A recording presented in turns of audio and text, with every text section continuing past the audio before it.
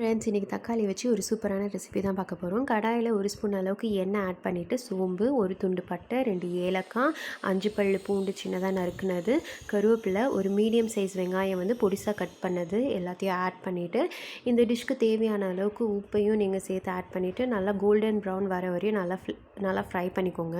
அடுத்தது இதோட புதினா வந்து ஆட் பண்ணிக்கோங்க, நல்ல ஃப்ளேவர் கொடுக்கும்.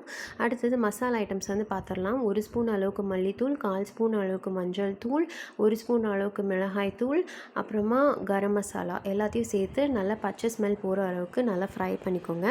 அடுத்ததாக நான் 6 தக்காளி வந்து மீடியம் சைஸ் தக்காளி வந்து சின்னதாக பொடிசாக கட் பண்ணி இதில் சேர்த்து ஆட் பண்ணி நல்லா ஃப்ரை பண்ணிக்கிறேன். நல்லா ஸ்மாஷ் ஆகிற அளவுக்கு வந்து ஃப்ரை பண்ணிக்கோங்க.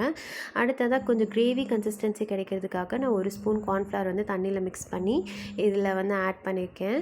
ஸோ கிரேவி டைப் கிடைக்கும். கடைசியாக நம்ம கொத்தமல்லி வந்து இதில் வந்து ஆட் பண்ணி கார்னிஷ் பண்ணி சர்வ் பண்ணி பாருங்கள். சப்பாத்தியோட சூப்பராக இருக்கும். Happy tasting.